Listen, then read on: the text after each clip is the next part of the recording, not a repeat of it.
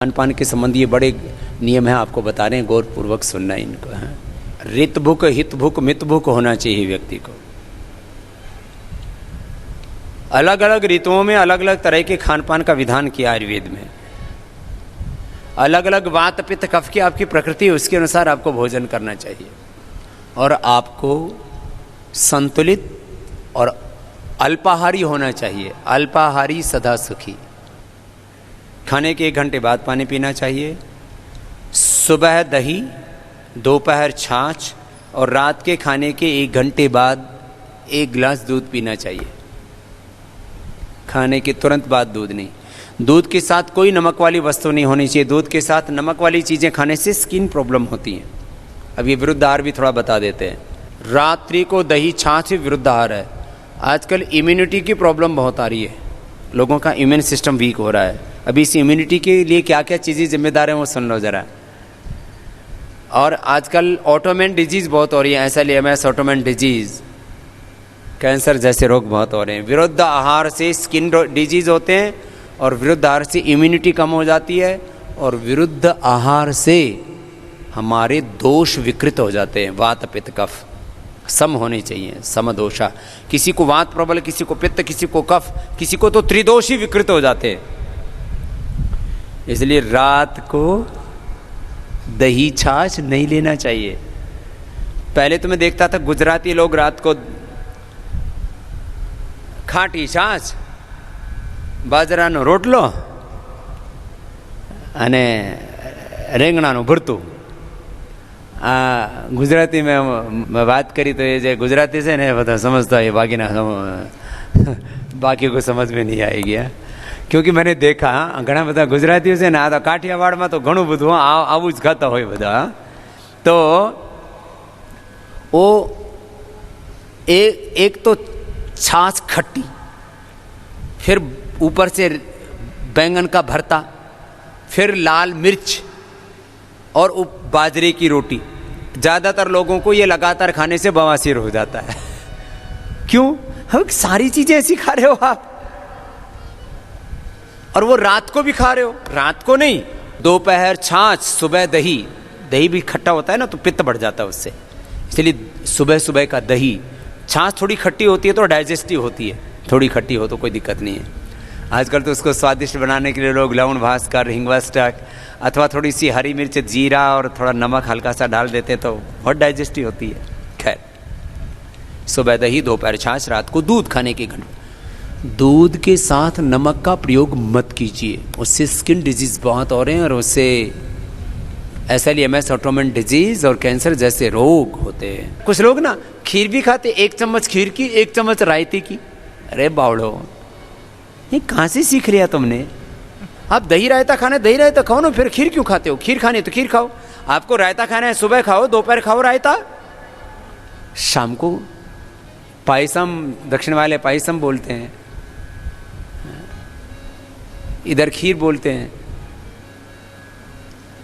आपको खीर खानी है तो रात को खाओ, या खीर खानी है तो फिर उसके साथ, तो खीर के साथ तो कोई खीर और मालपुआ खाते थे, खाओ। तो याद रखो, विरुद्ध आहार नहीं। दूध के साथ खट्टे फल भी नहीं खाने चाहिए। आजकल तो फ्रूट क्रीम में सब खट्टे मीठे सब मिला देते हैं, पता नहीं बावड़ी बावड़ी चीजें सीख ली कहाँ से। दूध के साथ कभी भी खरबूजा तरबूजा तो भूल के भी नहीं खाना चाहिए, उससे आपकी तत्काल मौत हो सकती है। यहाँ तक कि खरबूजा तरबूजा खा के तो ऊपर से तुरंत पानी भी नहीं पीना चाहिए, उससे बॉडी में रिएक्शन होकर के मृत्यु तक होती है। और हमने ये लाइव एग्जाम्पल देखे, सुने, इसलिए आपको कह रहे हैं। अब किसी को एक्सपीरियंस करके देखना हो तो वसीयत आदि लिख देना पहले, और तरबूजा खा करके ऊपर से दूध पियो, बच जाओ तो भगवान का कोई विशेष अनुग्रह है, बाकी परलोक तो सीधे जाओगे जाओगे। ये छोटी छोटी बातों का परंपरा से पता है। और भी बहुत सी चीजें विरुद्ध आहार में है। वैसे खाने में क्या खाना चाहिए? पहले अब आपके सामने फल भी है, सलाद भी है, पका हुआ भोजन भी है, माने हलवा है, फिर दाल रोटी सब्जी है, और सलाद भी है, थोड़े फ्रूट्स भी हैं। तो सबसे पहले क्या खाओगे? तो आजकल इसमें लोग कंफ्यूज रहते हैं। अब इसमें भी कई मान्यताएं हैं। कुछ लोग कहते हैं कच्चा और पका हुआ एक साथ नहीं खाना चाहिए, इसमें ज़्यादा दिक्कत नहीं है, आप कच्चा पक्का खा सकते हो। ज़्यादातर भोजन हमारा कच्चा होना चाहिए, अंकुरित तो होना चाहिए। जो अंकुरित भोजन लेते हैं उनके बॉडी में टॉक्सिन्स नहीं बढ़ते हैं, टॉक्सिन्स साफ होते रहते हैं। इसलिए यदि रोज आप अंकुरित सुबह सुबह ले सकें तो बहुत अच्छी बात है, नहीं तो सप्ताह में कम से कम एक दिन अंकुरित। अब देखो मैं आप पूरा फूड साइंस आपको बताता हूँ, बड़ा विषय है ये, फिर औषधियों पर आऊँगा। फूड साइंस बहुत बड़ी है। तो सलाद, खीरा, करे, टमाटर, पत्ता गोभी, अलग अलग तरह के सलाद होते हैं।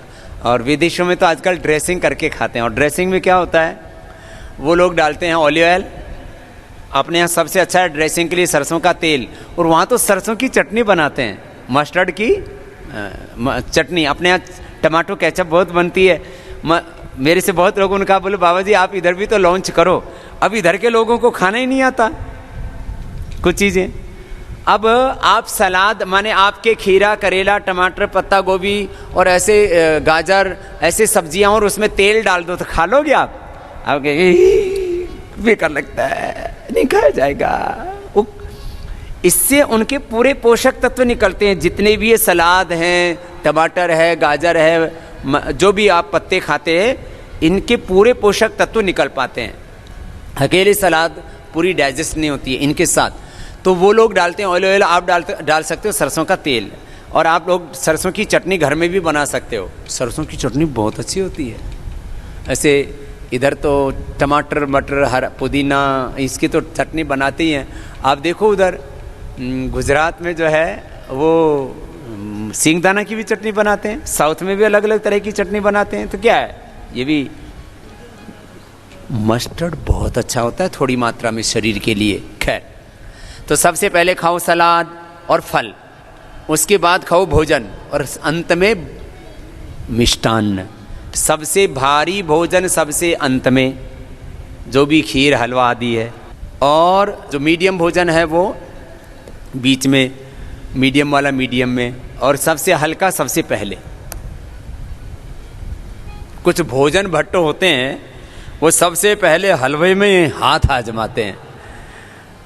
बोले रोटी तो रोज खाते हैं, क्यों अन्न के साथ कुश्ती की, अब तो हलवा ही खा लो।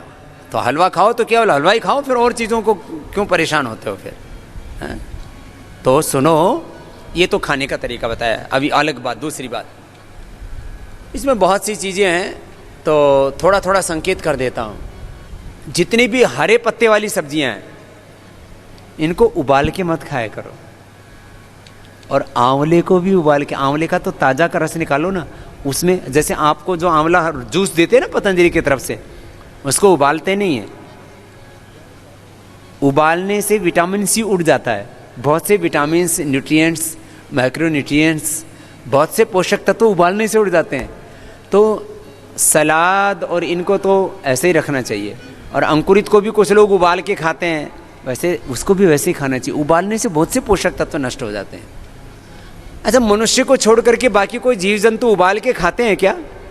यह हाथी इतना बड़े घास पत्ते खाता है, गन्ना और तमाम केला आदि सब ऐसे कच्चे खाता है। गाय भैंस सब कच्चा खाती हैं। जितने भी शाकाहारी जीव वो भी कच्चा खाते हैं, और मांसाहारी भी कच्चा ही खाते हैं। शेर आदि, कुत्ता आदि जो भी हैं।